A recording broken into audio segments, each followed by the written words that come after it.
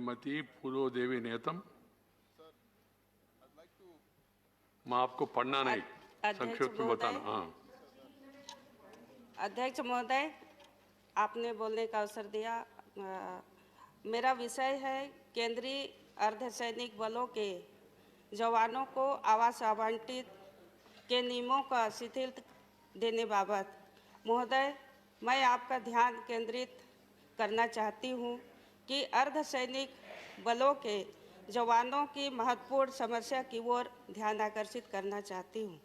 सरकार द्वारा दिल्ली में रह रहे जवानों को आवास उपलब्ध कराए जाते हैं। आवास देने के नियम के अनुसार जवानों की तैनाती देश के अन्य हिस्सों में होती है, तो दिल्ली में दिए गए आवास को 3 सालों में खाली करना पड़ता है।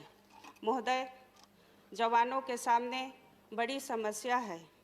उनके बच्चे दिल्ली में पढ़ते हैं और आवास खाली होने पर पढ़ाई छुड़वाकर कश्मीर, नक्सल और जोखिम भरे इलाकों में परिवार को नहीं ले जा सकते।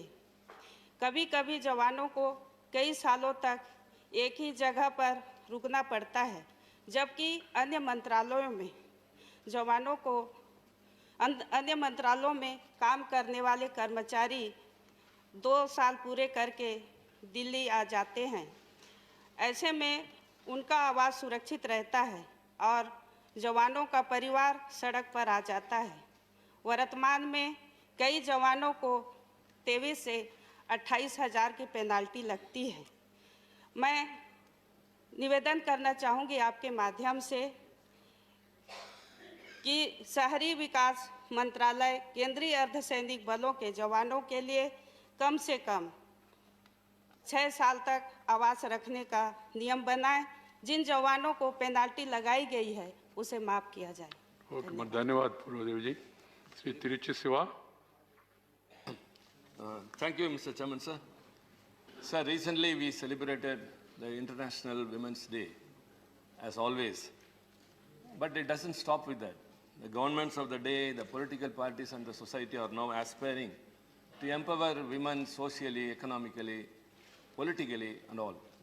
But sir, I feel it is very essential to pay obeisance to some of the freedom fighters who belong to the women community, who have been unsung and unheard and unknown in many parts of the country.